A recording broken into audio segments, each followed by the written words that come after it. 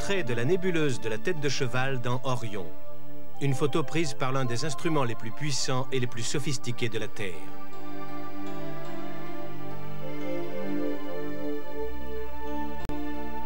Elle est venue d'ici, du Schmidt, de 1,20 m sur le mont Siding Spring en New South Wales. Utilisée par l'Observatoire anglo-australien, le Schmidt est la plus grosse caméra télescopique relevant le plus petit détail dans l'hémisphère sud. Un œil cosmique nécessitant d'énormes plaques photographiques, des feuilles de verre ultra-sensibles qui peuvent être exposées pendant des heures.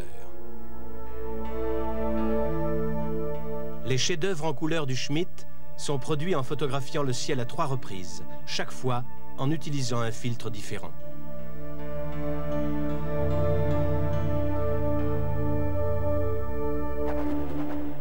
En voici une version portable, car il est tout aussi possible qu'un amateur se prépare à une nuit entière de prise de vue dans l'Outback.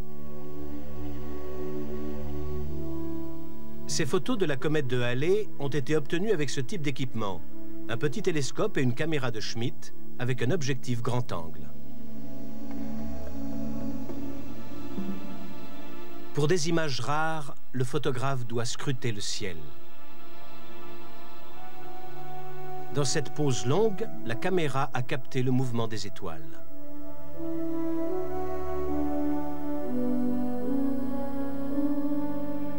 Voici un plan à intervalles réguliers où une caméra statique spéciale prend une pause toutes les 30 secondes. Les étoiles tournent à cause de la rotation de la Terre.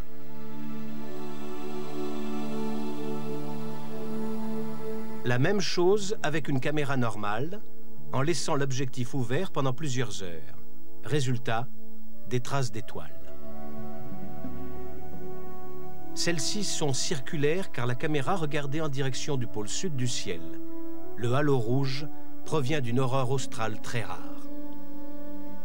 Voici 2 poses, l'une rapide pour la tâche ponctuelle de l'étoile, quelques heures pour sa trace.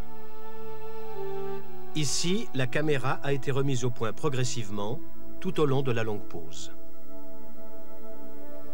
Un bel effet qui révèle les vraies couleurs des étoiles.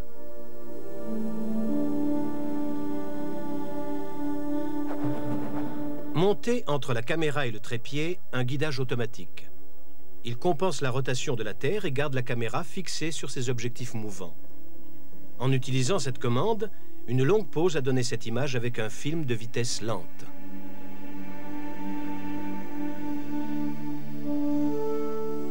Avec un film très rapide, le guidage n'est pas nécessaire.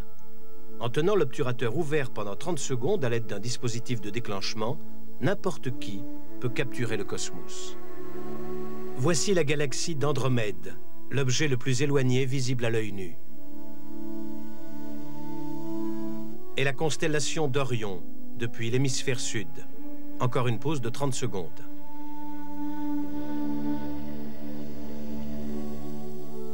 Les 2 nuages de Magellan, nos galaxies satellites. L'un d'eux en gros plan, une fois encore sur film très rapide. Un moment artistique, les étoiles vues à travers le halo d'un volcan terrestre. En voici un autre à Hawaï. Tout cela avec un appareil photo ordinaire de 35 mm. Une petite maison sous les étoiles. Le truc était d'utiliser une lampe torche sur le bungalow durant une pause de 30 secondes. La même chose ici. Et dans le ciel, tout en haut, la comète de Halley. L'astronomie est une science que chacun peut partager. C'est ce qui fait son charme. La première étape pour l'observateur amateur sérieux serait un bon magasin de télescopes. Mais avant de se décider, l'enthousiaste doit demander des avis car la gamme des instruments est très tentante. Voici une lunette classique de débutant, un réfracteur. Pour des questions de stabilité, il est monté sur un pied. Un réfracteur recueille la lumière des étoiles à travers un objectif large. L'image est mise au point à l'autre bout du tube et agrandie dans l'oculaire. C'est la quantité de lumière recueillie qui est importante, non l'agrandissement. Une autre possibilité pour débuter est ce télescope. Ici encore, c'est la capacité à recueillir la lumière qui importe. La lumière qui arrive atteint un miroir au bas d'un tube. Elle est renvoyée à un miroir plus petit et réfléchie dans un oculaire sur le côté. Cette commande manuelle est un accessoire utile pour garder le télescope en ligne, car la Terre tourne toujours. Un guidage moteur est nécessaire dans le cas de télescopes plus grands. Leur grossissement demande un dépistage plus précis. Voici un Dobsonien. C'est un simple réflecteur à faible grossissement, mais qui reçoit beaucoup de lumière. Il est en outre relativement bon marché. Voici un télescope hybride, en partie réflecteur, en partie réfracteur. L'objectif et le miroir synthétisent une image superbe. Un petit instrument aux grandes performances. C'est l'étonnant catadioptrique. Il y en a des versions plus petites, pas plus grosses qu'un réchaud de camping et tout aussi portables. Un œil puissant sur le ciel pour l'observateur itinérant. Voici un filtre qui va transformer un télescope personnel en un observatoire solaire performant. Avec le filtre et d'autres accessoires de sécurité fixés, voici le film d'une proéminence solaire. Également, à travers un petit télescope, la surface du Soleil. Des clichés si clairs ne feraient pas honte à un professionnel. En utilisant à nouveau un filtre solaire, voici une éclipse partielle du Soleil. Une éclipse appelle l'équipement le plus extraordinaire.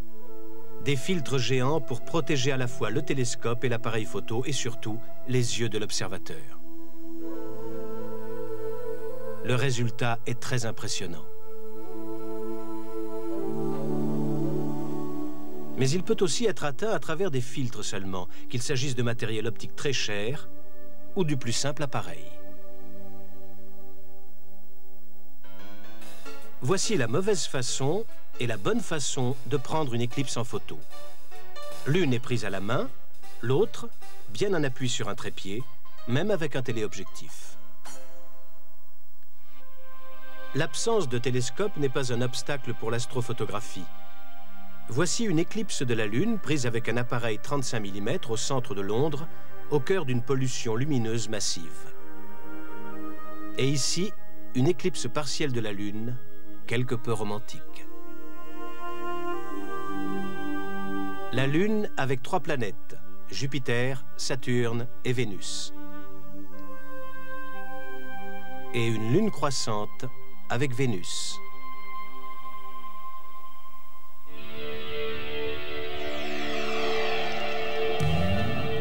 Les images du cosmos recueillies par les grands télescopes modernes sont stockées sur des récepteurs électroniques CCD.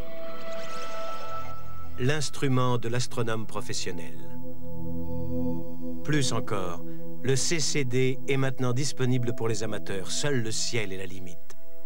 Un amas lointain d'étoiles sur CCD amateur. La nébuleuse d'une étoile mourant. Des cratères sur la Lune. Une galaxie lointaine.